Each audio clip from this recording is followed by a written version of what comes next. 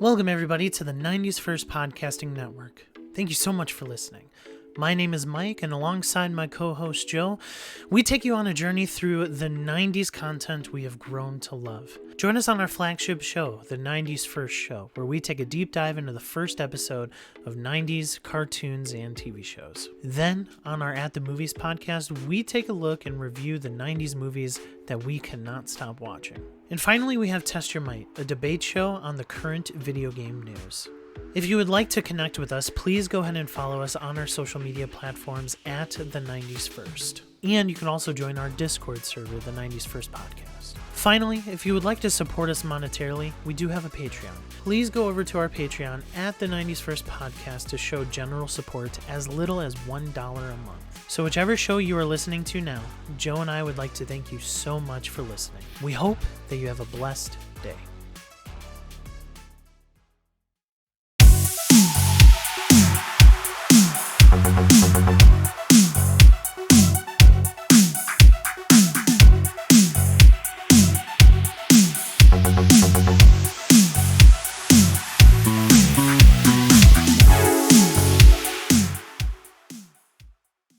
What's up, guys? We're back. 90s First. Test Your Might. It's been a minute for me. I'm excited to be back, you guys. And with the, I think this is the only second one since the name change that I've gotten to do for Test Your Might. Right. Dude. Right. What? Yeah. Yeah. Well, stop being a slacker, Jelly. Oh, I know. man. Just freaking life, man. It's happening to me. Even though I don't like it, it jumps up and does it anyways. Yeah. But we're back. Test Your Might. Are you guys ready? I'm ready. Yeah, let's do it. Bro, jumping right in. Everyone knows how this goes. Guts. Today's Guts is going to be best Bond experience. Now, that can be Bond gaming or Bond cinema. But we're talking James Bond with passing of, none other than James Bond, Sean Connery. Mm-hmm. What is our best Bond experience? And Cicero, go ahead and take us away. So, man, my best Bond experience, even though Sean Connery was the definitive Bond, mark it down. My best Bond experiences don't involve Sean Connery. They involve the James Bond underwater car, the Lotus. I remember when I was a kid watching that movie. What movie was that? The Spy Who Loved Me. That's what it was. Yeah. Spy Who Loved Me, when the Lotus goes underwater. When I was a kid and I saw that, it was the most amazing thing that I had ever seen. But then Casino Royale. That was just the third Casino Royale, not the original Casino Royale, and not the bad one. Yeah, not the Woody Allen one. But the Daniel Craig James Bond Casino Royale was like, oh man, James Bond is back, and he's a badass. Like, holy crap! Casino Royale is I still hold that as, Skyfall was really good, but I still hold Casino Royale as the best Daniel Craig one. Yeah. So in my opinion.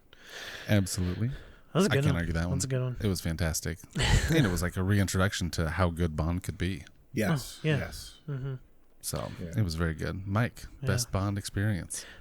Well, if we're going video games here, it's got to be GoldenEye, right? It's literally, it's the best Bond game. It's terrible to go back to and play. Like, we were kids. We had rose-colored glasses on.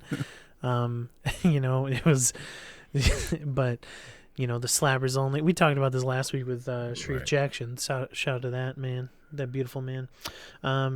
We talked about GoldenEye and just slappers only, Golden Gun, all that stuff. It's just amazing. But and I just read this the other day.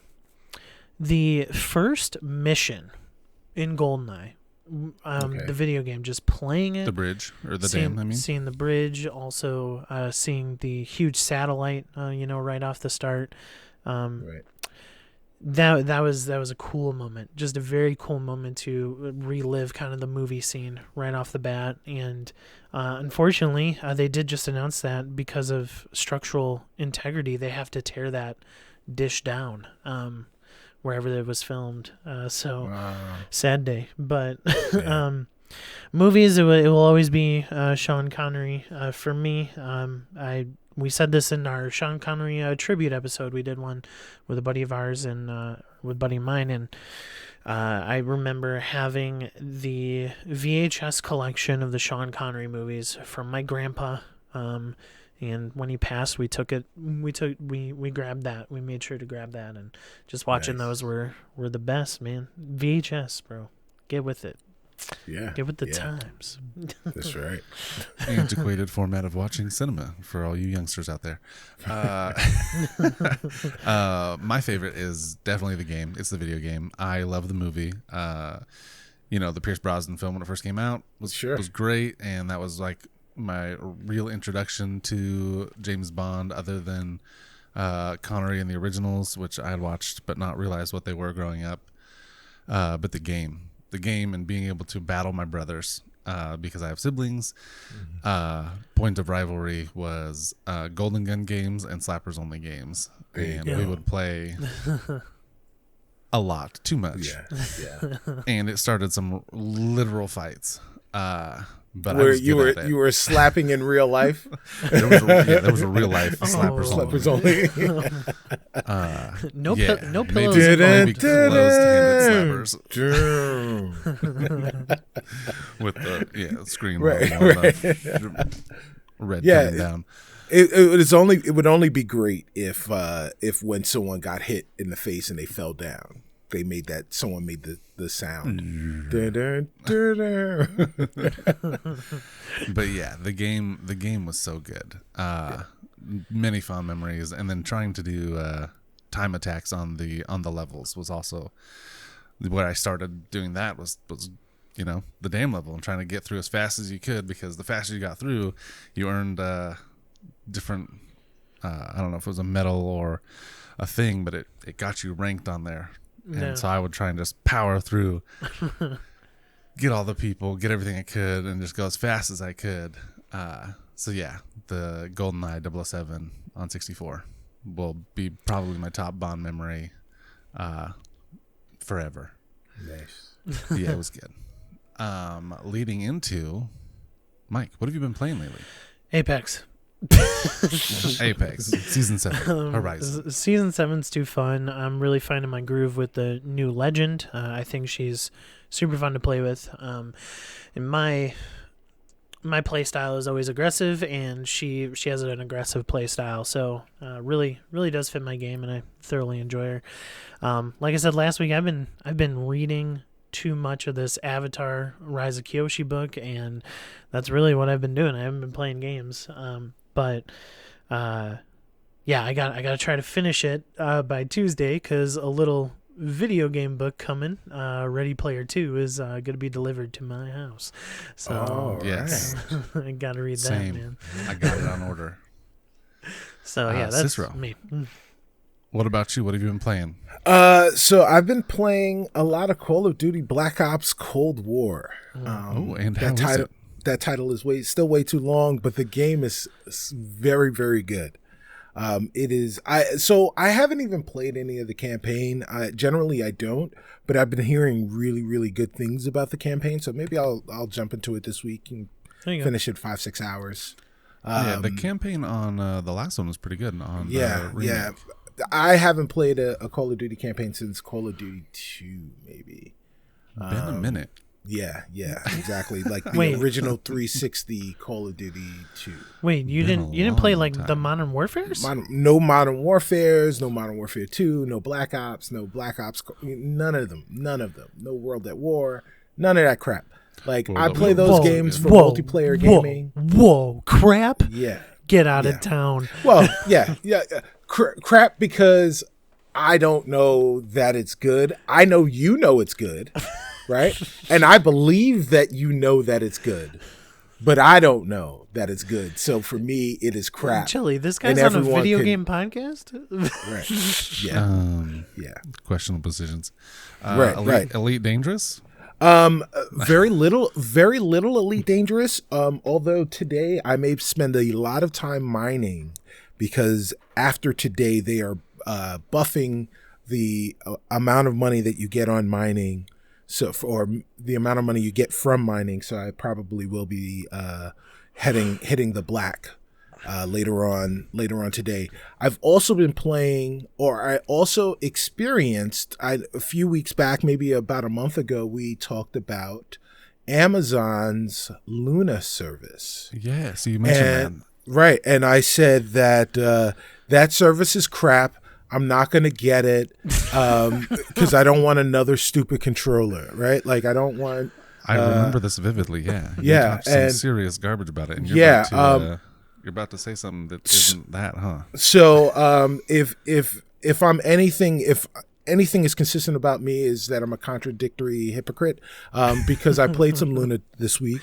Oh, I'm in their early access and I got to experience it.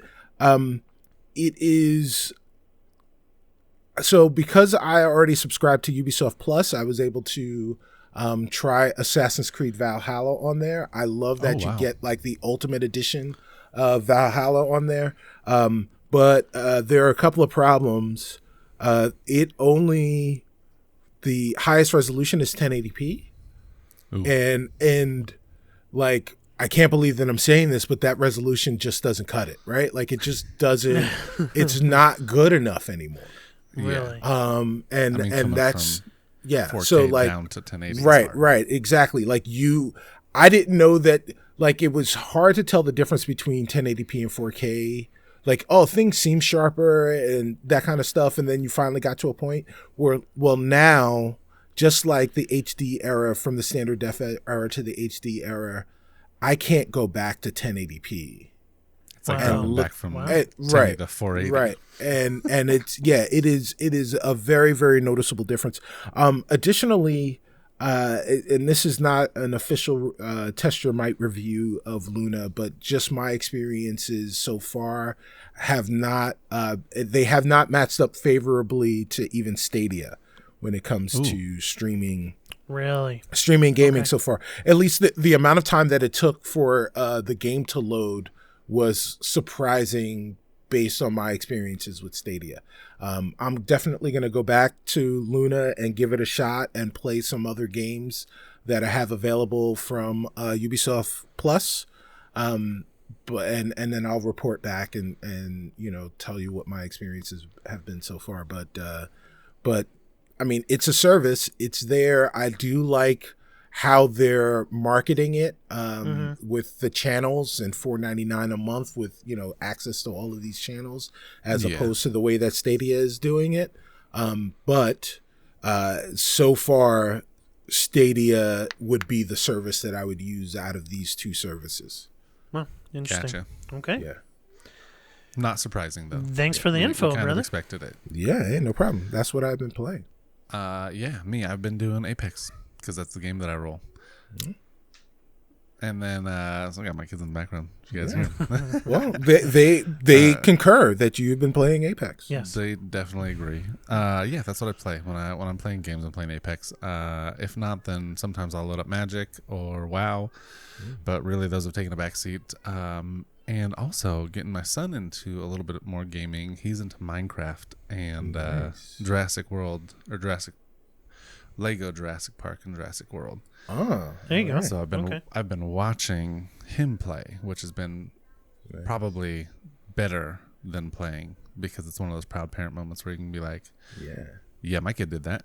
Oh yeah, that's really cool. Minecraft Dungeons is really good. Like I just started playing that on the Series S, and that's they got full crossplay now too. Yeah, full crossplay and drop in, drop out co-op. It's Diablo. Yeah. Okay, I don't have Dungeons yet. I have just the standard. It's in Game Pass. Gotta get that Game Pass, bro. I'm not gonna get that Game Pass. You eventually to get it, you eventually will because they're gonna get. I don't like it. And they just raised PC prices, so no way. Jelly, Game Pass Ultimate is the best deal for you. And so It's not. Do you know why it's not, though? Because I don't Why? play any other games except for Apex. But then you'll have the chance to. It's like Netflix, man. You know, maybe you just watch that one show, but then they'll show you some other shows. and you can Jelly, check it just out. listen to me and listen to me carefully. Xbox is going to get rid of the month-by-month payment for just Xbox Live and the 12 Yep. months and stuff. They've already gotten rid of the 12 months, actually. So, might That's just... what I still did. Huh? I still do the yearly payment. I know, but they're getting rid of it for just Game Pass Ultimate. So, Well, I'll just pay the $60 a year, or technically $50 because I buy gift cards. anyway. And I'm gonna live right there in that comfort zone of playing for cheap. I don't need the extra games. I'm playing Apex. Sliding right out of this awkward situation and into news. You guys ready for the news segment? Yeah. So what I've seen this week, well, actually in the last few weeks when I was away, but specifically this week, Microsoft, they bought out Bethesda's parent company and now therefore have Bethesda Games. They want their games to be either first, better, or best. Impact on the gaming community to have third-party exclusive creators. And what do you guys think on it? Having it specifically with this one, like, what do you think that's going to lead to in the future from these parent companies like Microsoft and Sony owning gaming companies and wanting specifics from them? Yeah. We'll lead right in with Cicero. You know, I mean, look, this is like, I don't look at it as one special interest acquiring another special interest. It is a corporation. This is a corporate takeover, right? Like, this is acquisitions. So when you acquire a company, you want them, the reason you acquire them is so that they can make the products that you found desirable, that made you want to acquire them for you. So, like, yeah, and what ZeniMax and the companies under ZeniMax makes are great video games, and Microsoft owns Xbox, and they want them to make great video games for them. Now, how Microsoft decides, because I think this is a no-brainer, how Microsoft decides how they are going to allow Bethesda and the ZeniMax family of companies to make video games for others is still up for debate. And, you know, whether it's timed exclusivity, maybe there are some games that are going to be console exclusive, or if it's just going to be no timed exclusivity where the game is available for you, on PC and Xbox via Game Pass for included in the subscription price and available at the full purchase price if you're not playing it on either of those two platforms. So I think it's going to be a combination of all of those things. So this quote was directly from Microsoft CFO, and I think first is one of the key words out of this statement. So he in his statement, in his quote, he specifically mentioned Sony and Nintendo. So I do think that Bethesda and ZeniMax games are still going to come to other platforms, but I think it's more so a matter of timed exclusivity, which I'm down for. And you could do 6 months to a year. You could do whatever, right. In my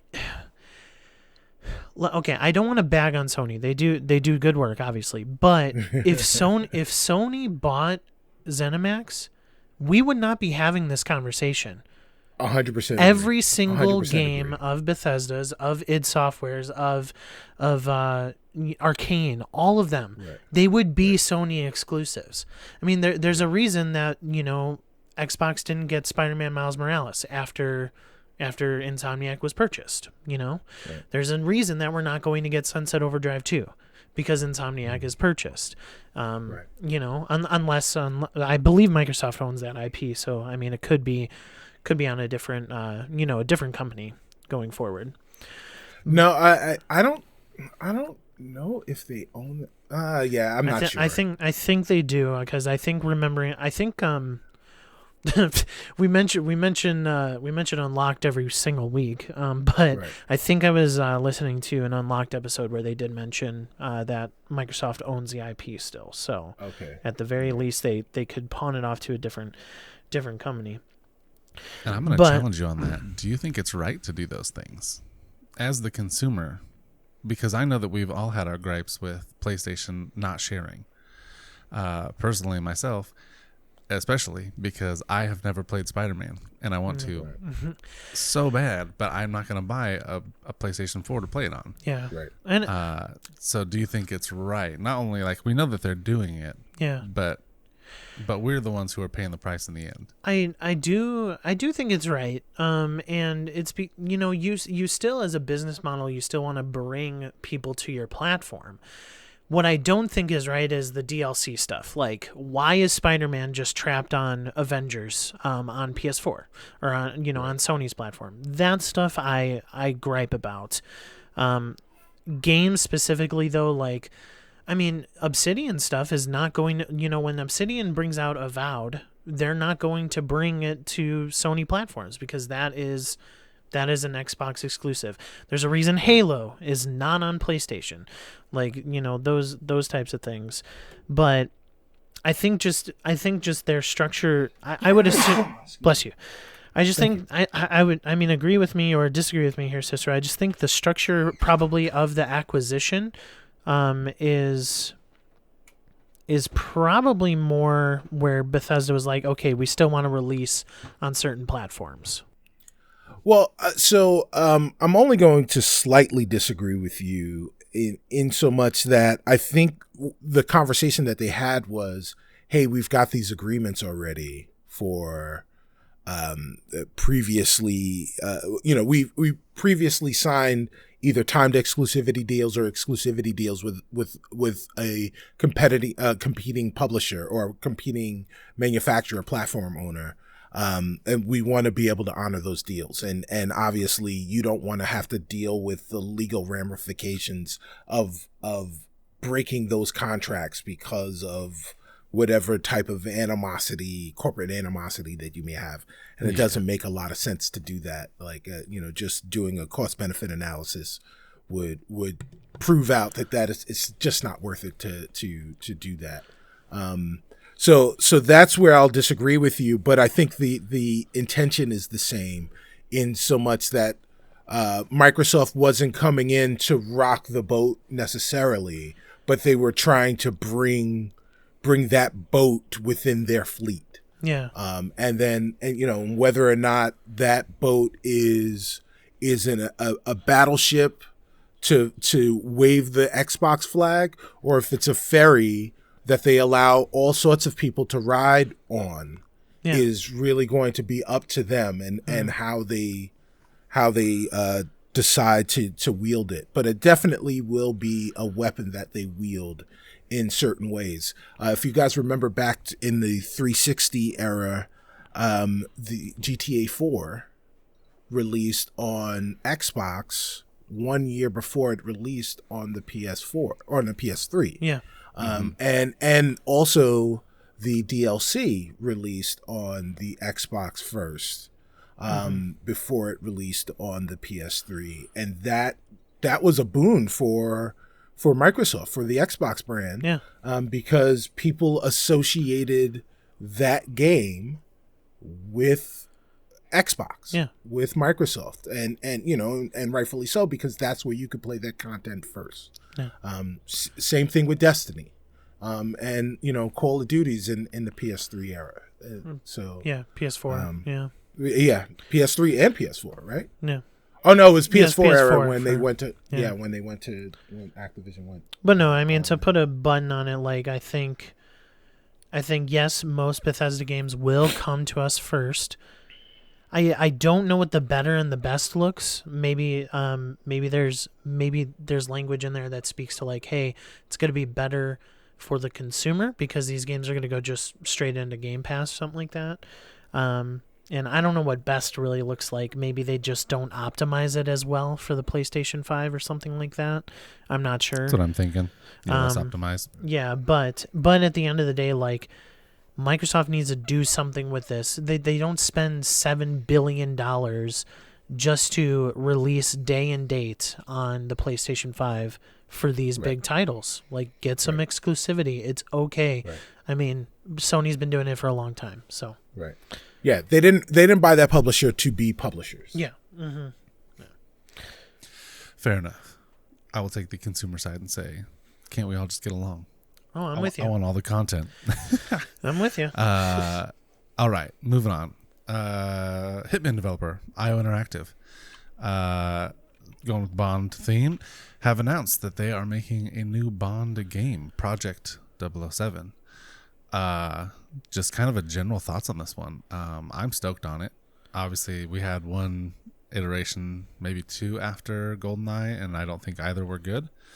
I think I played one for We've had half several a second. Bond games afterwards. Have we? Yeah. Oh, oof. Well, they weren't good enough for me to want. One of them was a car battle game, like battle mode from Mario Kart. Do you remember that one? I forget which one it was. Yikes. Yeah, but no, Jelly, you're right. I'm super excited. I was so excited that I downloaded the Hitman games from IO Interactive to try them out, to like get a feel of their development style, and because I've never played those. But this is going to be an origin story. And so we've seen those before, you know, like Casino Royale, basically origin story, you know, how Bond becomes 007, but it's going to be kind of like their own interpretation on it. And I'm just thoroughly excited for this. I love James Bond. It's one of my favorite IPs. So more games for that. Who do you think they're going to get for character model? Or who do you think they'll model the character into? Who knows? I don't know who they'll get, but at the end of the day, you know, like Daniel Craig was out of nowhere. Like he was a more of a blonde type person instead of the typical brown hair, blue eyes James Bond, like the rest of them. Even Jelly, you had an interesting choice the other day. Yeah, we talked about it the other day, and I really like John Boyega. Huh. Ooh. I think that he would be a very fun Bond character. I would like to see something different because I think we've seen several iterations of the same dude. Yes, the classic, you know, Barbie white male James Bond. Right. He looks good. John Boyega is a freaking good looking dude. He's proved that he's got pretty great acting chops. And he's built. The dude's jacked, so he could hold his own in a fight if he's got to be suave, or if he's got to be, you know, a little bit handsy with some people. I think he'd pull it off, and that's if they do want to get, you know, an actor to. And he's got the great accent to go along with it. So if he voiced Bond, he could kind of be like the down and dirty Kingsman style Bond that we all want anyways. I like I like potential of Idris Elba. Like, I know that there had been conversations about Idris. Too old. Well, because so like even Daniel Craig James Bond, who was definitely more athletic than our previous Bonds, was still a more not mature gentleman, but like middle-aged. These guys are my age, right? They're like they're not quite old dudes, but like if you saw gray in their hair or their beard, you wouldn't be shocked by it. Nah, Cicero, there's no gray. Suave. There's no gray in that beard. There's no gray in that beard. There's some gray in this beard. But you know, like, so Boyega is great, but I wonder if he is too young for the role. How old is he? I don't even know, to be fair. I'm thinking I think he's 30s, early 30s, mid 30s. I think he's younger than 30. Oh, dang. Is he younger than me? Oh, Let's I hope not. Let's see. I was assuming that he was about my age, if not slightly older, and I thought that would be good. Although if they just do character voice, I would not be against Idris Elba because that man's voice is gold. Oh yes. So John and there's so many voices within Idris Elba as well. Yes. John Boyega, born on St. Patrick's Day, 1992. Oh, he's which younger than me. makes him 28. He's just there. I am He might 2 be months right on the older than edge. him. 2 months older. Yeah. So yeah. But if they choose him, they got longevity. Well, yes. How many damn James Bond video game sequels do you think they're gonna have, Jelly? At least you're funny. 2 after the first. It's James Bond after all. Right. It's just double. So they'll name the first one 0, second one will be 0, and the last one will be 7. Yep. I'm okay with that. Yeah, it'll be 0, 00, and then 7. But yeah, I'm a Boyega fan. I'm maybe a fanboy. Yeah. Hey, so hey, yeah, if you're a fan of the arts, then you should be a fan of John Boyega because he is brilliant. But yeah, you play much of the Hitman games, Cicero? Yeah. You excited for Rockstar, that baby. style of a Bond? Because I played a little bit on PlayStation 3 when I had that. That was a while ago. Keep in mind those games are not IO Interactive. It's only those not? Yeah, it's only the recent 2. Right. Oh, So- well, booty. Because I like those ones.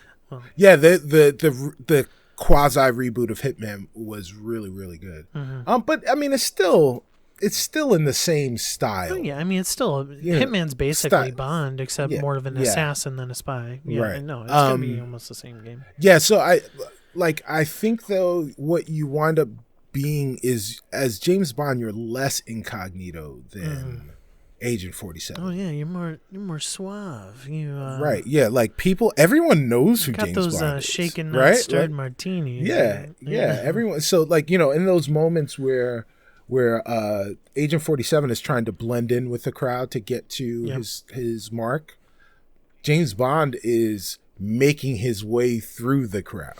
Yeah, roll up in a white suit top. And Right, a fancy exactly. car. Right.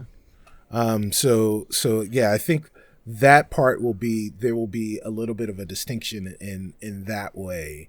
But yeah, definitely like being able to have that kind of hand-to-hand combat or be stealthy while still kind of being out in the open is lends itself well to the Hitman engine. Nice. Well, I'm looking forward to it and seeing what they're doing with it. Let's move right into possible Xbox Game Pass competitor.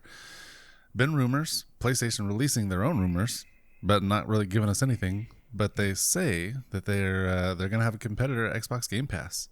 Right. What does PlayStation or Sony need to do to have a true competitor in that market? Do they need a 1-to-1 comparison, the Sony pass, or do they just need to get close? Is this horseshoes and hand grenades, or are we talking about darts and they need a bullseye?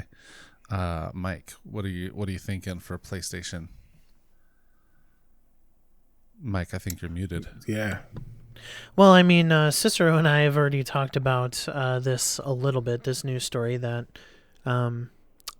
Sony potentially has a solution, and it's not good. If it is anything that is 1-to-1 comparison, us Xbox gamers are going to have just another generation of just complaint after or not complaint, sorry, of just like boasts and shotgun shells pointed our way. We got the sieges on our castle, and it's just, man, like I don't know, like I'm totally console agnostic in that sense. Like, hey, play whatever you want, play what platform you want. This is, gamers should be happy and be happy for what you play. But the majority of the conversation for the past 7 years, and some of which going forward, even though Microsoft has way different philosophy now, going into this next generation, has been that Xbox stinks. Xbox doesn't have any games. Xbox is the worst console. Like, why are you playing Xbox when I got PlayStation 4? That type of thing. PlayStation gets all the deals. PlayStation get games first. They have better games. If they get a 1-to-1 comparison, we're just going to be hearing it. We're just going to be hearing it, and I'm going to get overly frustrated once again. Are you telling me that it's going to be the battle of the Sony ponies versus the Xbox shills? It seems like it already is, but... Right. The Sony ponies ride into Emerald City. I'm gonna drop some objectivity in this subjective conversation. So we're talking about hardware, services, and software, right? Mm-hmm. Microsoft is leading in two of those categories. Hardware, objectively, it was kind of a joke, but objectively, the hardware is better on the Microsoft side. It is stronger, it is faster, it is more capable. By a little bit, they've got the edge. Yeah. On the services side, I would say objectively that Microsoft has that in the bag as well, with Xbox Live as a service, the communication services that it provides. I personally prefer it over Sony. But then when you add in Game Pass to that, objectively today, that service is better. Software, however, is where Sony trumps everything, right? Mm-hmm. Their first party software, that lineup is just heads and shoulders better than the Xbox best. Like if you line them up, Sony's going to win 9 times out of 10. Mm-hmm. So for a Sony service, I think all they really need to do is to provide their first parties to PlayStation gamers, right? Like, here's our first party library.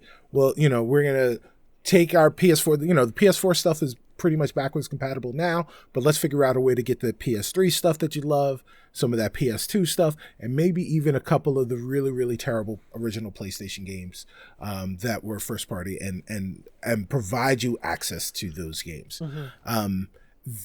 That would be a great service to have. It'd be a great service to own. It'd be a boon to PlayStation gamers, whether that is your primary console or your secondary console.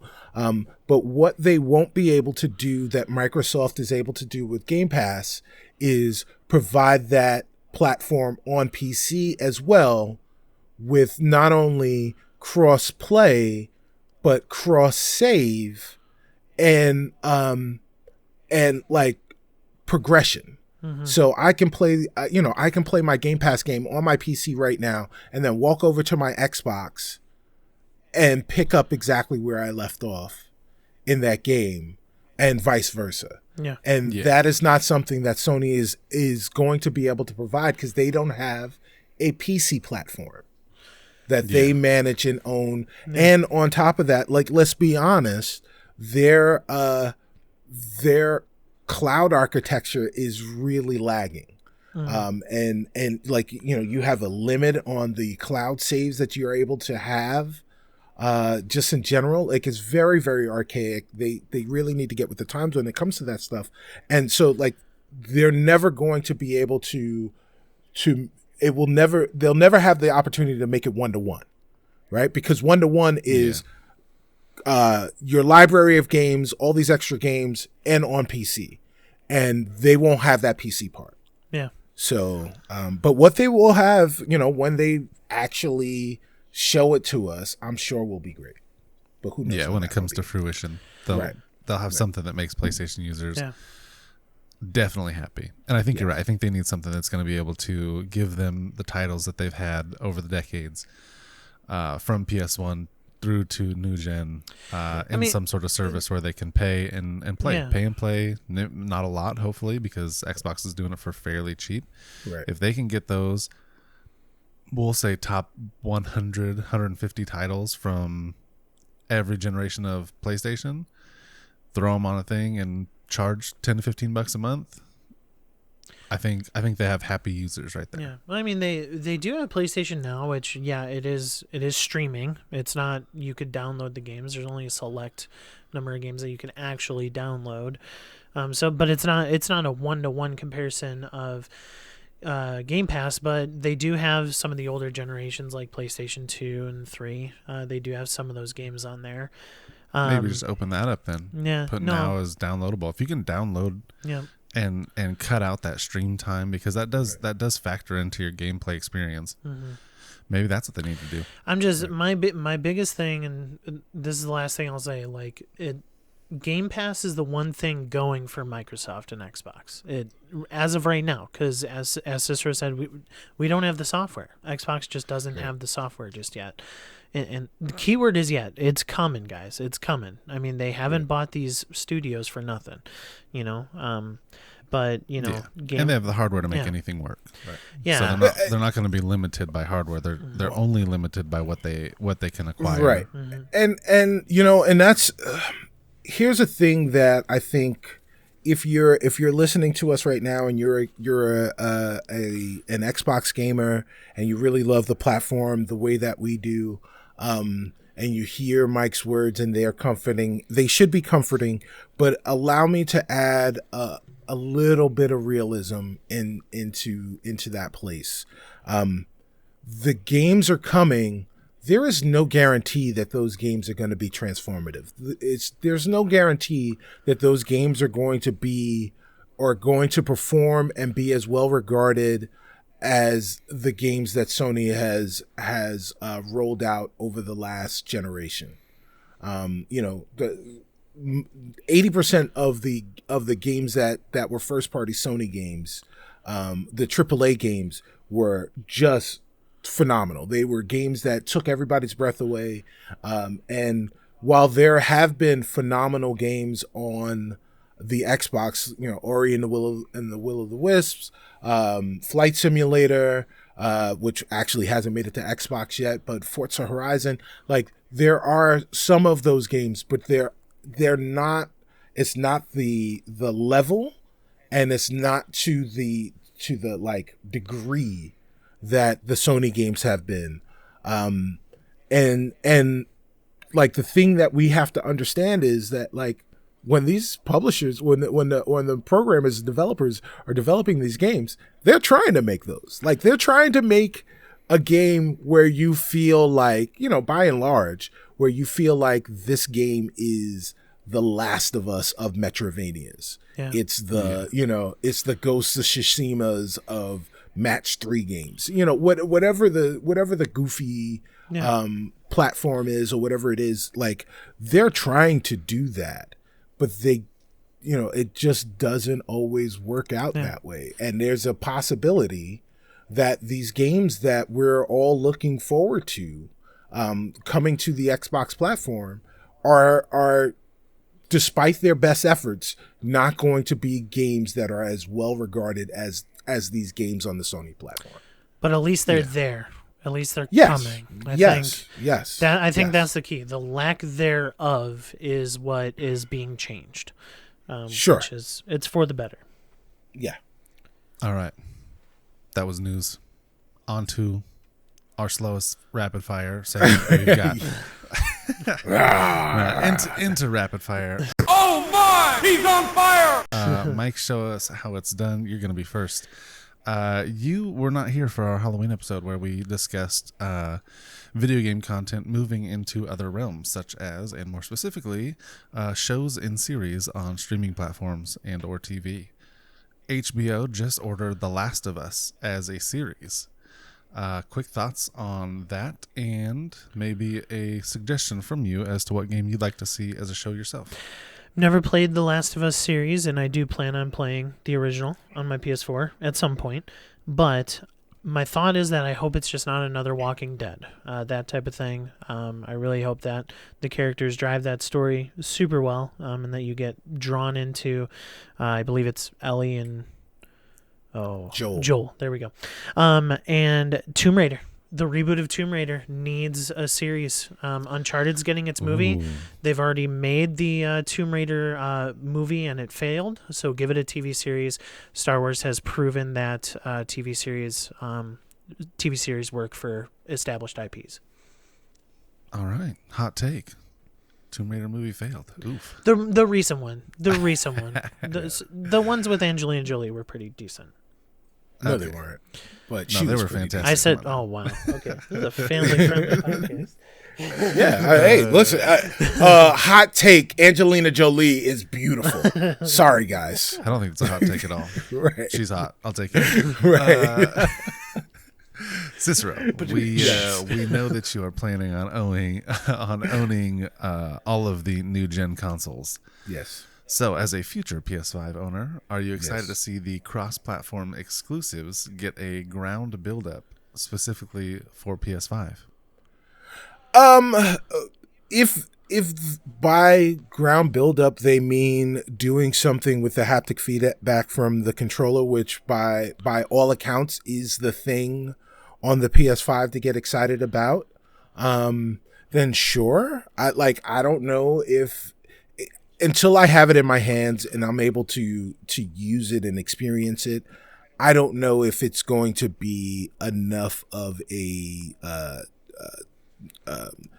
needle mover in order to make me decide to get a cross-platform game on that platform as opposed to my Xbox, which had been my multi-plat console, or my PC, which is where I've been playing most of my games recently. Gotcha.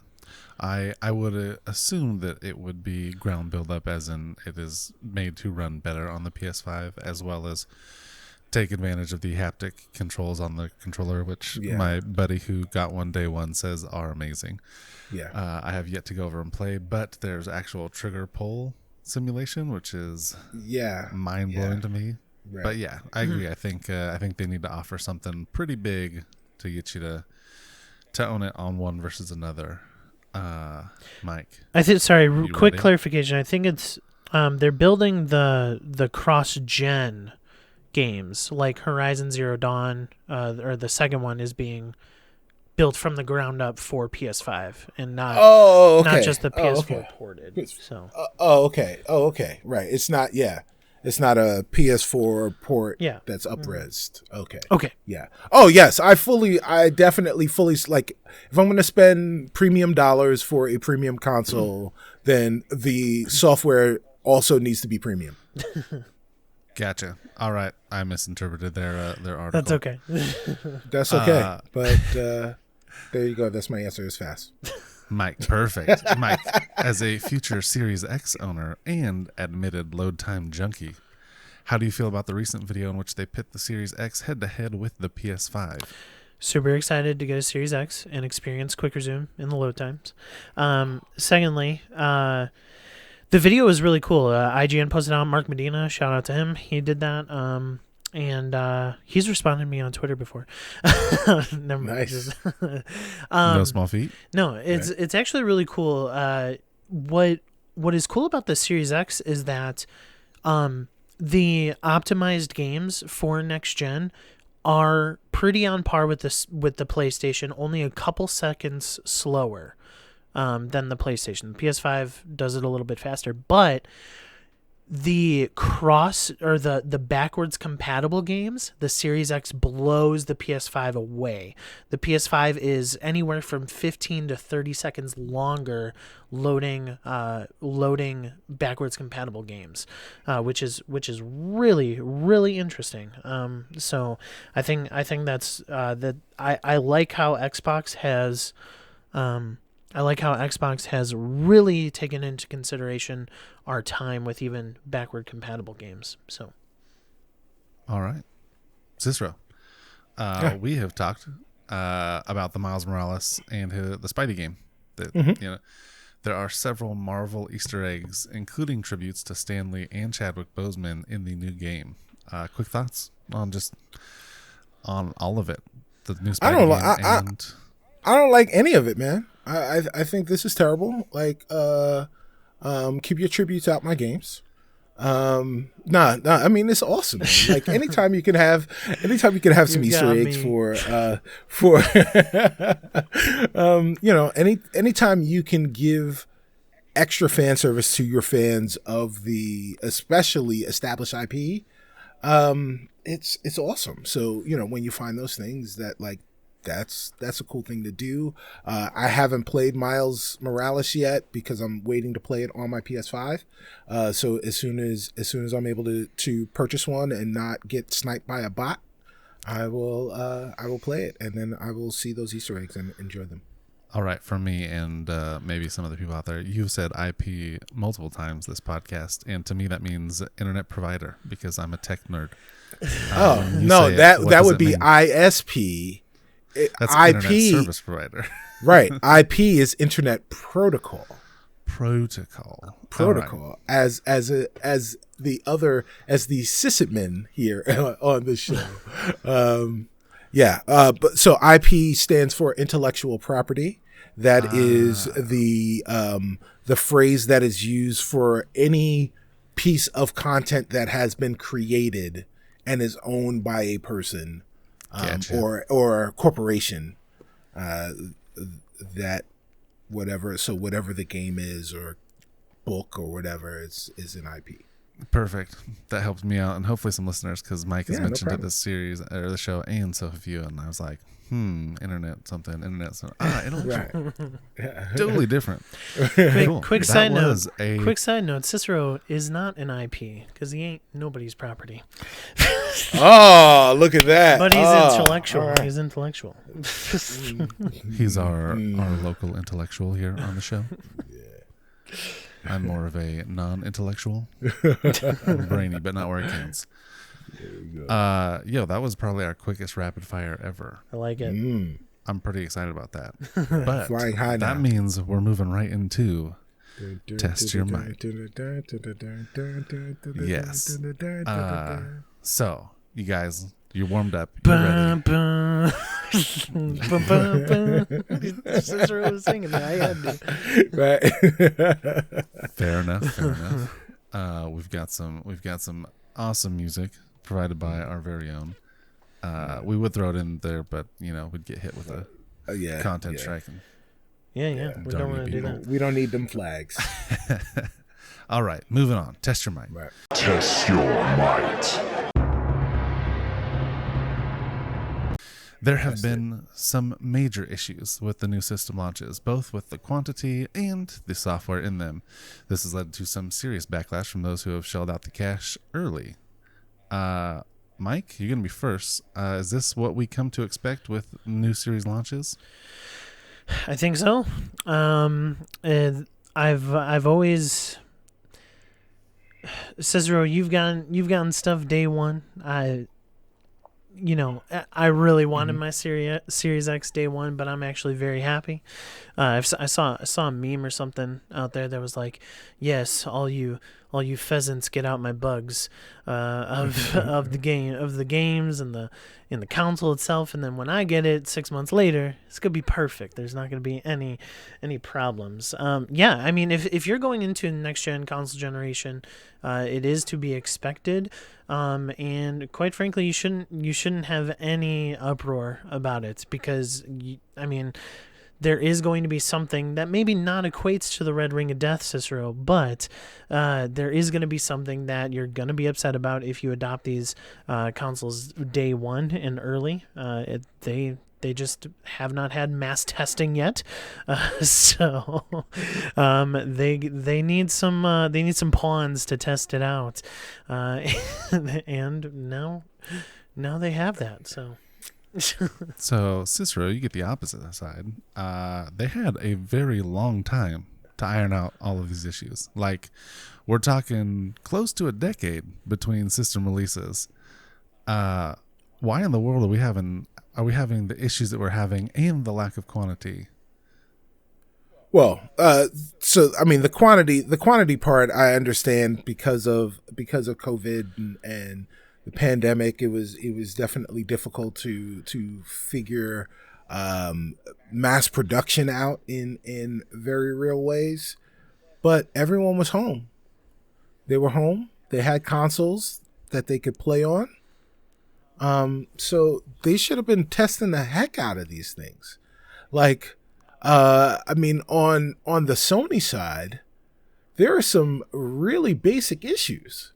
Like, oh, the game will crash if you're playing Miles Morales and you try to put it in rest mode, right? Like, the whole database gets corrupted. I can't download games. Like, it gets stuck in a queue. Wait, what? They didn't figure out how to allow access to the games library from an external hard drive. External hard drives don't work on the console. Like, how do you sell that? Like, how do you release the console and say, oh, hey, we're releasing a console. By the way, guys, games have never been larger, but our hard drive is smaller than the one you could have gotten on the previous console. And oh, by the way, we're not going to allow you to have any external hard drives connected to that as well. But give us money, and we're giving it to them. And like, it's not like they came out beforehand, you know, with the PS5 is like, you know, it's not like they were hanging out and was like, hey, look, dog, you're about to buy this PS5.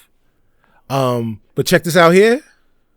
Don't put no hard drives on there for right now. I ain't forgot about you, but at least for right now, when you get it, don't be mad at me when you can't connect no hard drives to it, because I'm telling you before you buy it that you can't connect no hard drives to it.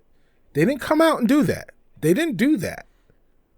You just got it. You got it home.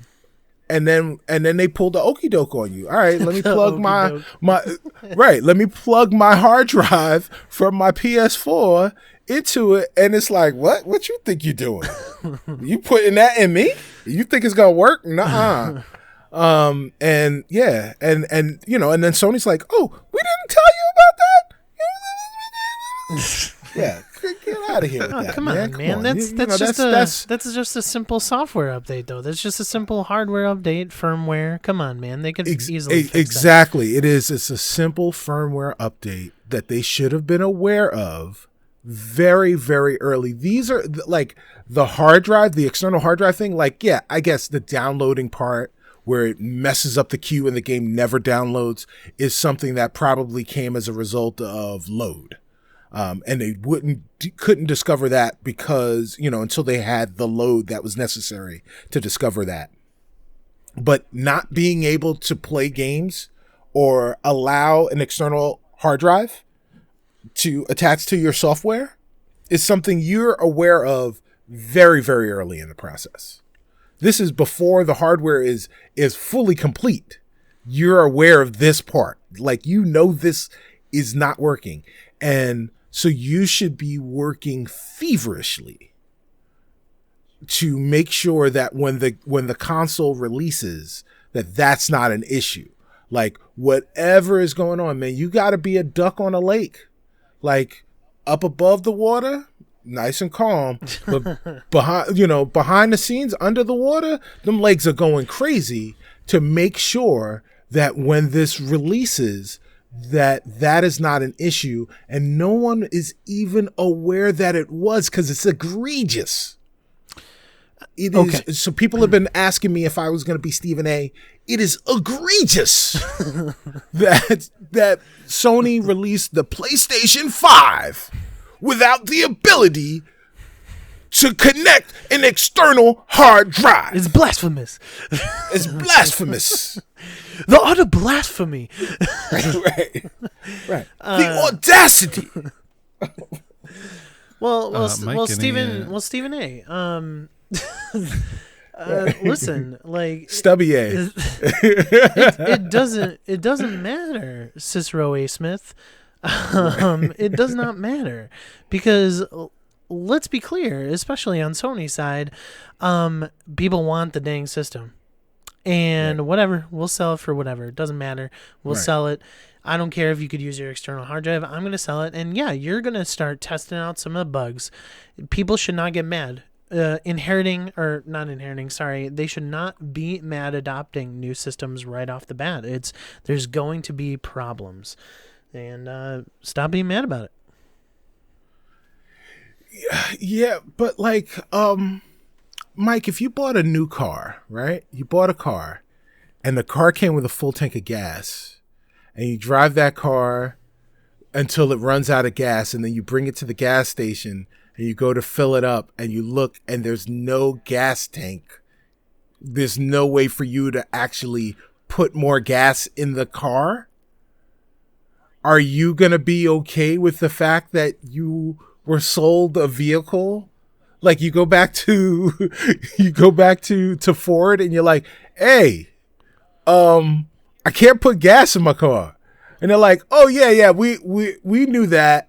We're don't worry, the part's coming and we'll call you in when we're able to drill in the hole for the gas cap so you can actually put gas in your car and use it as it's intended." I mean, but you're also talking about externals. You can plug an external into the PS5. You can't upgrade the SSD. You can plug in an external. You cannot have PS5 games on the external. It has to be on the internal. But you could still store stuff. Yeah, but the hard drive is small, so I can't keep anything on the. I can't keep PS5 games on the external drive. All right. I can only keep PS4 games, but everything has to run off of the internal drive. That's true. And then transfer them over, bro. But you can't transfer the PS5 games over. You have to delete the games. Yeah, then delete them. And then download new games. All right. Then delete them. Or buy an Xbox that already has a proprietary memory card that works. So, we're going to leave that one right there. I think that's been we're beating a dead horse. Yeah, Mike's he's buying cars without gas tanks or without the ability to refill the gas. Good job. Yeah, it's because it's an electric car. Decide who's won. Got you. Get out of here. Right. Yeah, let us know who won this argument. I am. Yeah. Moving on. There was a huge hack / leak from Capcom revealing several new games that may be coming next year. This is not the first time something like this has happened, and often we're getting glimpses of what may be coming down the line from different companies. What I want to know is this a good thing for gamers? Having that foreknowledge and the leaking. Cicero, you're up on this one. Is it good for me to know about games that I could potentially be excited about? Yes. Why not? Like, they're new games. I like games. I like turtles. So show me the games. All right, we're done. He said I like turtles. I'm done. I can't argue that. Mike, is it better to have these leaks, or should we be surprised and shocked when the companies actually announce them? That way we're not waiting for possibly 2 years for the games that may come or may not come. Well, I mean, should we wait until the company says, "Hey, this is real"? So, Cicero, you're saying leaks are good. You like the leaks? Information is good. Okay. I like the information. Right. Well, I don't like leaks. The only leak that I do like is the Assassin's Creed one, because now it's just a joke. That, like, did you know that like 13 out of 14 Assassin's Creeds have been leaked? now it's just a joke. But anyway, let me bring you back, Cicero. E3 2014. Okay. Or 2015. You can correct me, whichever one. Okay. Nobody knew anything about Fallout 4. There was no leak at all. They announced it. Right. And everyone went crazy. Everyone went ape, you know what? Right. And it released in 6 months. Yes. He means poop. He means poop. Ape poop. Excrement. Fecal matter. This is why leaks are bad, and I understand your information angle. I'm trying to argue here, Cicero A. Smith. I understand. This is inflammatory. Oh my goodness. I understand that I understand that information is cool. Information and understanding that a certain game is coming out is amazing, but at the end of the day, these leaks are not good. I want these companies to have the proud moment of doing that thing that they did with Fallout 4, that they announce it and 6 months later it's out. I want these companies to have the opportunity to not have to worry about those things. It would have been cool if Microsoft had a press conference a week later after the Series X release date was leaked. It would have been really cool. At the end of the day, I think it worked out because at least this launch, this console launch, Xbox has been brilliant. Just leaning into those memes. Like, have you seen the Xbox fridge? It's just phenomenal. But at the end of the day, I think leaks are bad. Even though it creates excitement in the gamer when leaks happen, I think that the Fallout 4 situation is better for gamers overall. Well, so you're intimating that we can't have both. And I will present a scenario to you, Mike. What if Capcom leaked this information themselves? Right? What if they decided, hey, look, that Fallout situation was amazing. No leaks. It was released in 6 months. And that experience, like, you can go back and watch everyone's excitement in the space going crazy over that information. But having a video of a Zoom call of people doing that doesn't have the exact same oomph that the E3 did.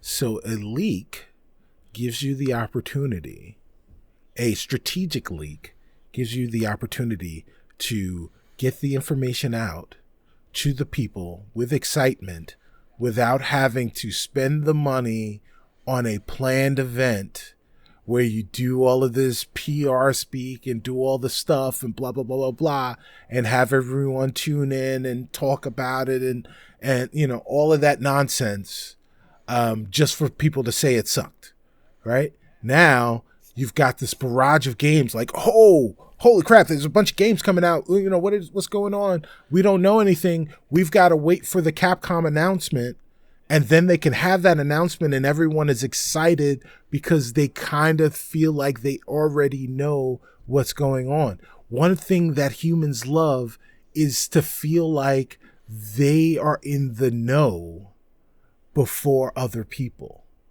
right? Like, oh man, I heard this stuff got leaked. You got to check it out. If you're wrestling fans, right? When you're a wrestling fan, you sit around with your friends who are also wrestling fans and you speculate about what's going to happen next and who's going to do what. So, and then who's going to drop the title to who and who's going to flip and blah, blah, blah, blah, blah. So then when you watch the show with your friends, you can say, oh yeah, see, I told you that was going to happen. Ooh, look, see? Yeah. And that is what Capcom could be positioning themselves for really big interest in their new event. Any rebuttal, Mike? I mean, a coup against their own company, that is that's brilliant. I think that's brilliant. But at the end of the day, there's reasons for marketing budgets, and you know, those are the beats and the story beats that they want to hit. They don't want a hacker getting that from them. So that's where I'm coming from. All right, listeners, Cicero or Mike, who had it? We're moving on though, gentlemen. Is Fortnite even Fortnite anymore? What I mean is, they've taken many characters and things that are big somewhere else and incorporated, air quotes, them into their game. This is not dissimilar different to other IPs. franchises. Different IPs. Yes, there we go. Not dissimilar to other franchises, i.e. Smash Bros., Mortal Kombat, and several others. Is this something that we should jump on board with and totally be happy with, or should we leave things where they belong or give them their own games? Don't shoehorn them into something just because it's the current, again, air quotes, thing happening. So, Mike, we jumping on board with this? I think we are. Although I will argue that Daredevil needs his own dang game. Get him out of the Fortnite and give Daredevil a game. That's my favorite superhero, man. He needs do it. Man, could you imagine doing the hallway scene from season 1 of Daredevil on Netflix in a video game? Oh, bro. Anyway, no, I think this is ultimately good. I mean, especially with Fortnite, just being as big as it is, like just they do this to continually bring people back. I have a good buddy from the Infinity Bros. Shout out to them. Isaac, he does not play Fortnite unless there's a Marvel thing, and he tries to get all the skins, and I think it's a good idea. I think bringing people back to your game is a good idea ultimately, and what's funny is that I saw a couple memes is like, who knew Fortnite would be the better Avengers game than Square Enix, Square Enix's game. So that was kind of funny. I think it's okay. Cicero, are you even going to disagree with me? I mean, come on, that argument was too flawless. I mean, it was a good argument. I wouldn't call it flawless. That would be a Mortal Kombat thing, and flawless victories are reserved for me, my friend. It's Fortnite. It's its own thing now.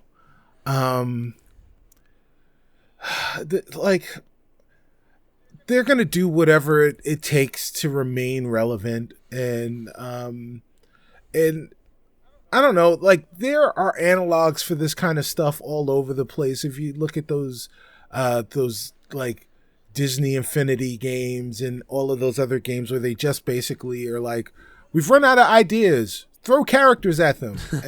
and so like that, I mean, that's all they're doing. So they're not really innovating on the game. They're just trying to figure out what kind of skins they can just add into it to get people to pay more money. And people are paying more money. So, like, look, V-Bucks is people had to put whether or not they spent V-Bucks on their taxes last year. Like, that's ridiculous. That's ridiculous. That is ridiculous. Yeah. It is outrageous. Blasphemous. Yes. I will say that, apart from Batman, because Batman's been in Fortnite and he actually has some good games. Like there's just a lot of Marvel characters that they've been using recently that are just Marvel needs to get their act together with games. They can't just let Spidey happen over on the PlayStation. Like give Xbox a character. Like let Xbox have an IP. I think Marvel needs to get with it, in my opinion. Well, yeah, sure. Like the Xbox gamers want to be able to play Spider-Man. Unfortunately, they won't be able to play Insomniac Spider-Man. More facts. Which is the really, really, really, really, really good Spider-Man. Oh yeah, I know that. Yeah. Welcome to Depressionville. Yeah. Population all Xbox people. Yeah. Yeah. Right. So we had Mike jumping off of his own argument there and siding with Cicero. So Mike, your first argument was great, but you kind of abandoned it. Flawless victory. I'm thinking that they need their own thing, is what it sounds like. Yeah. And I agree. Stop shoehorning all this stuff into Fortnite because we don't want to play Fortnite. Some of us actually want to play these superheroes or play these games in their own right. Complete side note, a lot of the big Fortnite streamers, they don't stream Fortnite anymore because all it is a building contest. Like they just, I mean, Fortnite, although it's still super huge and super popular, like in the competitive scene is not what it used to be. So no. Right. Well, yeah, there's a lot more variety out there. There are a lot more compelling games that are in that genre, that are doing new and innovative things. All right. Are you guys ready? The weekly face-off. Oh boy. We've got Ding ding. Spider-Man versus Thwip. Kratos.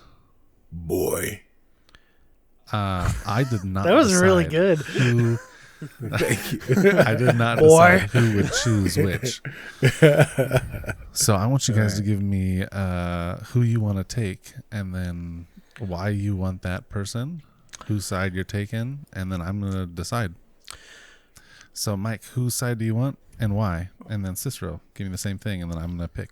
Well, first of all, first week we did 2 Xbox IPs. The second week we did this. We did just the classic argument of Nathan Drake and Lara Croft. So this week we're doing Sony. And oh boy, honestly, Cicero, I think this is a hard one. I really do, because I think that although they have different skill sets, I think both of them could put up a extremely good fight. But at the end of the day, I gotta take Kratos. Okay. He's half god basically. Right. I God of War 2018 is one of the best like feeling and action games that I've ever played. I haven't beaten it yet, and that's mainly because my friend has my PS4 because I'm lending it to him. But I think Kratos has such a brevity of options to him that whatever. Spidey has a Spidey sense and can see some of the things coming, but I think Kratos has just too many things that can overwhelm Spidey. You got the chains of Olympus. You got all the different scythes, the swords. You get you got his axe that literally is Mjolnir. I mean, Spidey has seen Mjolnir. And this one has a sharp edge to it. I mean, come on now. And on top of it, you have Kratos. He basically has that rage factor that kind of Wolverine has too. So he's got that rage factor going in on it as well. But you got some of the godly like magic stuff that he can do as well. Just his ability to heal, his ability to throw things, to just do a bunch of things that I think Kratos just has too much options to send over to Spidey. I think Spidey would get thwipped. I say, fear not, true believers. The one and only Mr. Peter Parker, the mild-mannered photographer, has great power, and he uses that great power very, very greatly responsibly. Because let's just run down the list. You mentioned Mjolnir, Thor, Beta Ray Bill, Hercules, Loki. These are some of the gods that the one and only Mr. Peter Parker has faced and defeated. So we could just add Kratos to that list. He will find a way. He always finds a way because he believes in himself, and Uncle Ben believed in him. And if we're talking about Insomniac's Marvel's Spider-Man, the game, then we're talking about all of those suits with all of those powers. So you take the man that is Peter Parker, and you add the technology that is the Iron Spider suit, or the all black suit, the symbiote suit, punk rock Spider-Man, all of those things working together and swapping those powers out at any given moment. Kratos can only scream, "Ah!" That's it. That's all he's got. He doesn't have wisecracks. You know. I don't know, man. Like you, especially in the new iteration, he has the ability to completely freeze Spider-Man. Like, although Spider-Man has the ability to, Spidey sense and stuff, like, he could freeze him. He could legit just basically rage some ice around himself and, get Spidey slowed down at the very least. Not to mention Kratos, I think Kratos could take a beating. He could last a long time over Spider-Man. Like, Hey, now. What? No, he could last a long time. Hey, man. So. Okay. He's gonna have the ability to go toe to toe for a longer time, in my opinion, because I think he has the durability that Spidey doesn't. And I guess unless he is wearing that Iron Man suit, the Iron Spider, like I think that's a very good argument. But also at the end of the day, like metal freezes, like metal gets cold too. Whatever. Like it's gonna slow him down still a little bit. Just plus if you add the Chains of Olympus, like, and you got the axe, like I think there's no competition with the weapons and the frost that he has, man.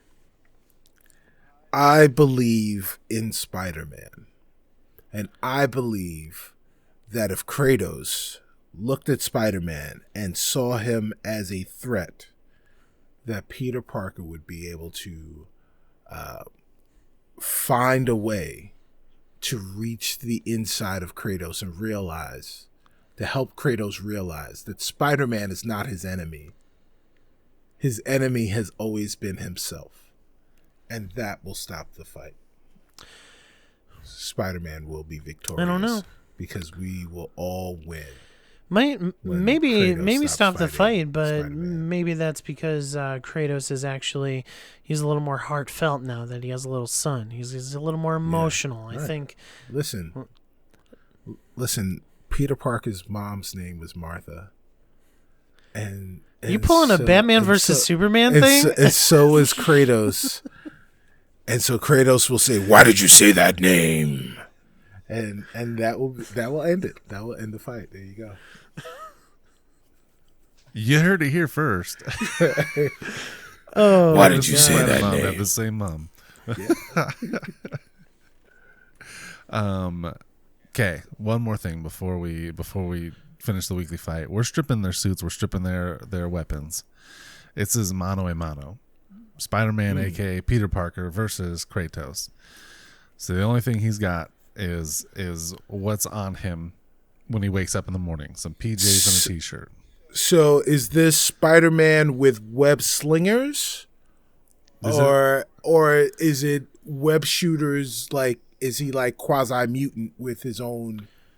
No, this is comic based, not Tobey Maguire. This is no organic web shooters. We'll go no organic, just okay. Mano a mano. Kratos doesn't have any of his weapons. He's only got his super strength and possible rage. Although we could strip powers from him, although that's not technically a power. And then Spider-Man has his Spidey sense and unbelievable strength. Also kind of speed, because when you're stronger, you're faster. Oh, well, he's incredibly agile.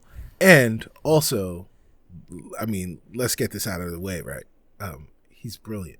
He's one of the smartest beings in the Marvel universe. So he'll outthink Kratos.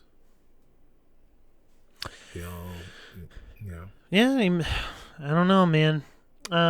Brains over brawn, I guess. Whatever. Mm-hmm. But we're talking about a mano a mano fight, and when you take away Parker's web shooters, when you take away whatever suit that he's wearing, there's not necessarily something that he can use his wits to outwit Kratos. If Kratos gets his hands on him, I don't think his rage is going to be stopped, man. I don't know. It's a big if. It's a big if. Big if, but It's a big if. but Spidey's agile. Kratos is a Move bigger around. if you know what I mean. Going back to lasting longer. And here we go. And Moving on. Gentlemen. Yes. Leaderboard time? Top 5? Yeah. Let's get ourselves on the leaderboard. Yo, top 5 stealth games. yes. And I'm going to have to kind of bow out of this one because I don't think I play any stealth games. I might have played a little bit of Rainbow. I think that one was a little stealthy back in the day. Sure. But I stealthy. haven't played No anything Splinter but Cells? Apex for a long time. Oh yeah, was that Tom Clancy or is that? Yes, that is Yeah, a yeah. Tom Clancy game. So I played a little bit of that, and that one was fun. Okay. So maybe Well, there you those go. are my So two. so there you go. That's two. So who's up Ooh, next? Me? Wait, Among Us. Oh, yeah. kinda stealthy. That is a stealthy game. Yeah, the imposter's got to be a little stealthy unless it's Cicero, Stealthy, yeah. you know, because Right. Well, yeah. Apparently, the stealth was that I always seemed guilty, Yeah. even though I wasn't. Sometimes it's a good place to be. Yeah. So I mean, here's my 3. If you want to throw those down, Jelly, on your screen there. Yep. I have a copy of it over here. One of my favorite games of all time is a ninja game, and it's Cicero. I'm not sure if you played, but it's Tenchu Z. Yes, I I have. love Yes, I I love have. Tenchu Z. That's with a C, sir. Huh? What?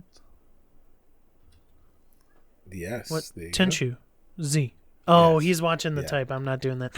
Anyway, so basically, you are a ninja. And Tenchu Z was I am a ninja. was the only Tenchu, I believe, on the 360 era, Yeah. at least.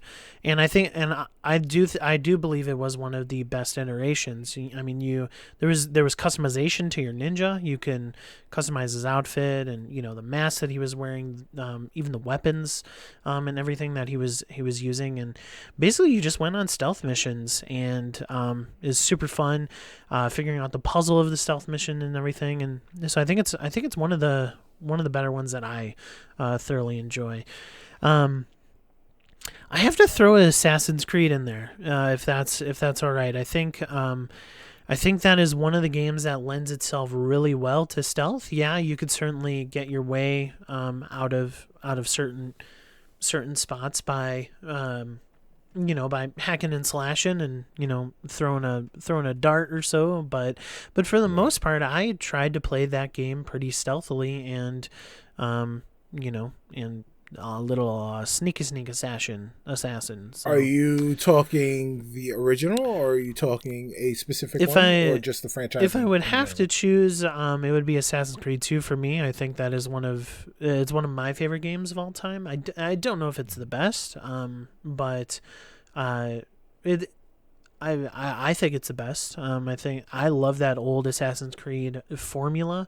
It might be archaic now, but and even Cicero, maybe you'll agree with this. Like Assassin's Creed, just the original, was such a beautiful game, and to just bring it into that open world that it kind of did there. Like I Right. thought it was beautiful. Yeah, well, I mean, it definitely for the time, it was doing something that people had not really seen before. Yeah.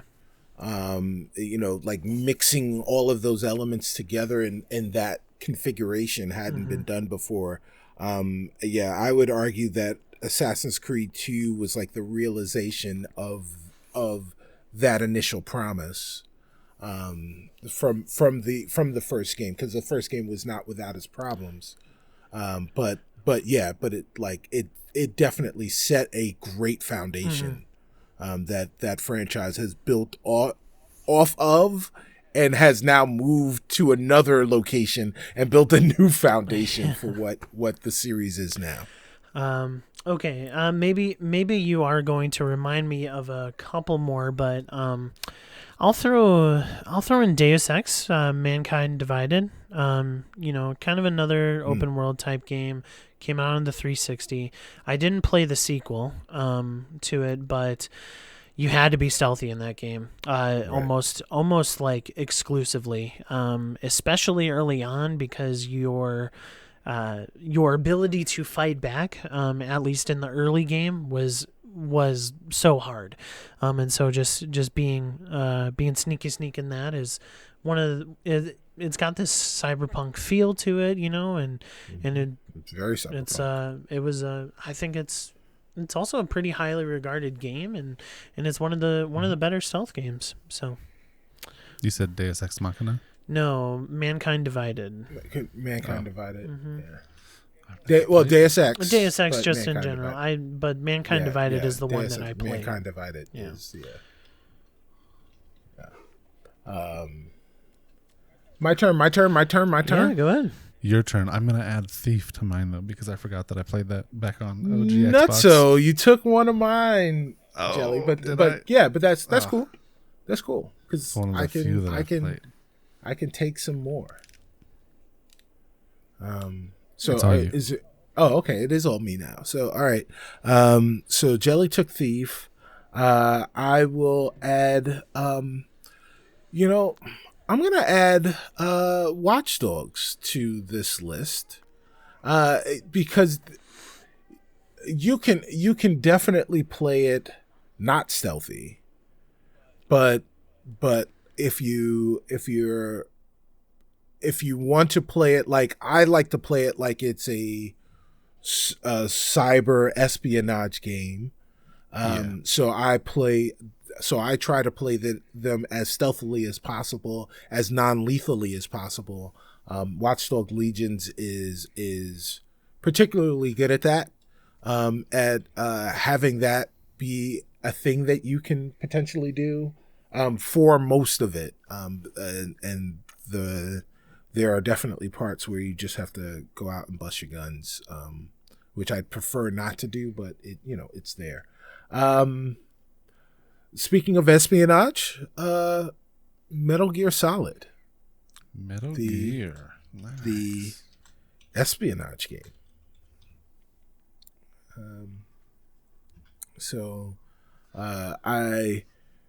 Even the original Metal Gears, definitely they started with "I feel asleep," so you had to knock out the guards who feel asleep.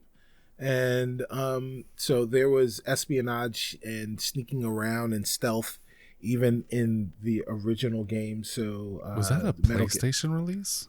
Well, OG? Metal Gear Solid was a PlayStation release, the original PlayStation. Metal Gear, the original Metal Gears, were Metal Gear 2 were NES releases. Oh man. Okay, so I played Solid on OG PlayStation. Yes, yeah. MGS a long time ago. Yeah, MGS was one of those tentpole games for me, in terms of like really looking at gaming. It was like the next evolution in gaming for me. Like I feel like we had taken another step in legitimizing the art form when that game released. So I always think about that game fondly. Number 3. What have you got? Number 3. What were his first two again? So the first two, Watch Dogs, specifically Legions. I would waffle between Watch Dogs 2 and Watch Dogs Legions, but you can definitely play those as like cyber hacker, espionage, non-lethal, stealthy. Okay. Which is the way that I prefer to play those games. And then the other one was Metal Gear Solid. Okay. Which one? Yeah. Did you pick a specific one? I picked the first Okay, one, the original. gotcha. Yeah. And then kids, they become less stealthy. Like stealth is an element of those games. Yeah. But they become less stealthy as you go further. They become more and more action oriented as you go deeper into those games. The third game that I would choose is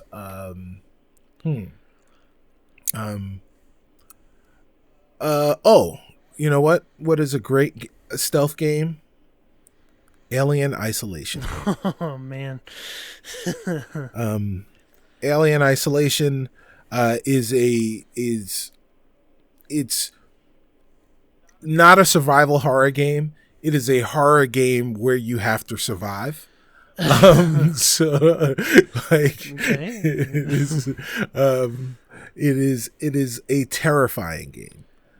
But basically you are on the ship after the events of the original Alien movie, and the xenomorph is still on the ship, and you are trying to figure out what happened and get off the ship before the xenomorph finds you. So the whole point is not to be seen, because if you are seen, you will die. It's not like there's no ambiguity there. You will die. You will. Sounds like a pretty good sneaky game. Yeah. All right. So, Mike, we've got Tenchu Z, Assassin's Creed 3, and 2. Deus Ex Mankind Divided. Assassin's Creed 2. Oh, I thought you said 3. No, 3 is 2. decidedly not good. Cicero, Watchdog Legion specifically, Metal Gear Solid OG, and Alien Isolation. And then I just did Splinter Cell and Thief, and I didn't have a third. Well, you said Rainbow Six. I You said said it Among twice. Us. Yeah. You said Among Us. Do you want to? And you said Among Us as well. I don't feel good about those ones. Okay. All right. Well, then All right. So we got 8 to choose from. We got 8 to choose from. Right. Yeah. Yeah. I want to argue for Thief because it's the one that I've played the most, and I do mean the original Thief, not they remade it. Yeah. at No, some that point. remake It was good. It was good on. You didn't like it on the Xbox? Thief 2? I just didn't get to play it. Oh, okay. And I have fond memories of the first one, and the entire game is stealth. It's about hiding in the shadows, blending in, getting behind Absolutely. people. It's almost the original not one, being right? Like seen. the first Thief was like one of the first It that is. really. It's what Assassin's Creed Yeah. is modeled after. Yeah. So Yeah. The gameplay was very similar as well to the original Assassin's Creed, from Thief to Assassin's Creed. The style of play, not saying the game itself was similar, Yeah. but or maybe I just played them the same. So yeah, well, I think Thief can claim a spot. I mean, it's Yeah. one of the original Yeah, yeah. ones, and so okay, sounds good. It was when we started talking about this, it was one of the first things that popped into my head. Yeah. Thief is definitely on that list for me. The one that I hold fond memories to that I mentioned is Assassin's Creed 2. AC2. For me personally, like it was the first game I've ever 100%ed ever. And I don't do that. I don't have time for that. Right. 100% in games is just not something that I do. And I did that. I remember I stayed up till 2, 3, 4 a.m. doing that with a good buddy of mine, friend of the show, Justin. So yeah, I would. I think Assassin's Creed, even though it has gone more actiony, I think back then, they prided themselves in good stealth gameplay. So I would throw that up there. I don't know. Cicero, All right. which one has to be on there for you? What has to be on there? It has to be Metal Gear. It has to be MGS. I can't argue that, Jelly. Yeah. It has to be MGS. No, that's absolute solid choice. Like I said, that's one of the other games I see on what here you that did I've actually there. ever played. It's a solid It choice. is a solid Solid choice. It's a solid snake choice. But yeah, it's one that I actually played back on OG PlayStation at my buddy's house. go. Oh yeah. It's one of the few. So Side note, I agree. I was terrible at that game, but yes, so bad. Then again, PlayStation 1, I was like 6, right? 6 or 7 or 8, whatever. I was a grown man Oh man. playing that game. I was young. I wasn't a grown man by any means, Yeah. but it was fun. Yeah. All right. So we've got Assassin's Creed 2, Thief, Metal Gear Solid. We need 2 more to round out our top 5. Right.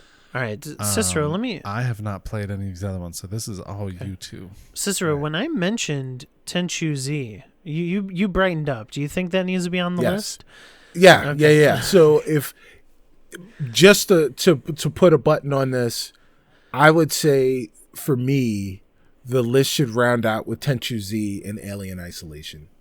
Like I can do that. I can, because like I haven't played Alien Isolation, but at the end of the day, like you gotta be stealthy in that game. I mean, and it's right.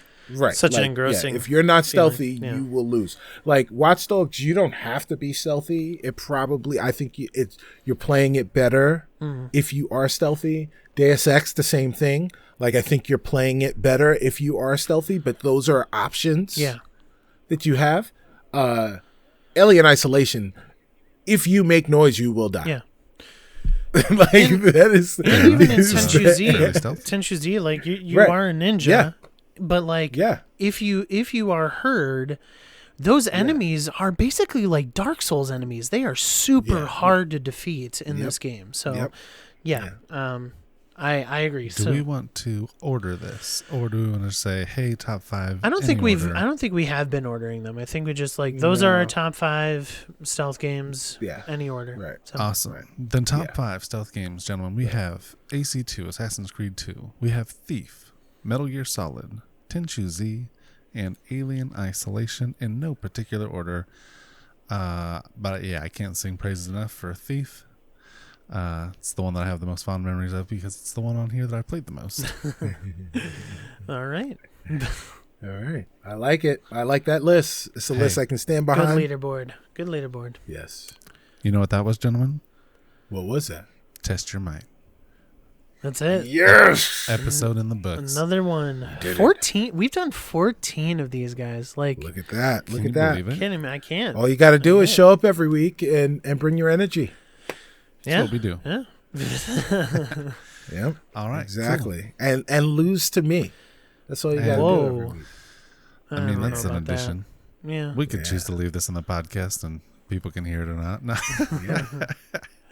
Oh, it's going to be. All right. Oh, it's Oh, all right. yeah. I'm not editing this. Everyone, thank you for listening. Thanks for being here. Thanks for supporting us. And we just hope that you come back next week because there's going to be another one. Yeah. Happy Thanksgiving, everybody. Yes. Happy. Yep. We're recording that right before Thanksgiving. Happy Thanksgiving to everyone out there. And we'll see you next time. Yep. Talk to you later. Mike, Peace. Cicero, we're out. Bye. Peace. Get back here, boy. Boy.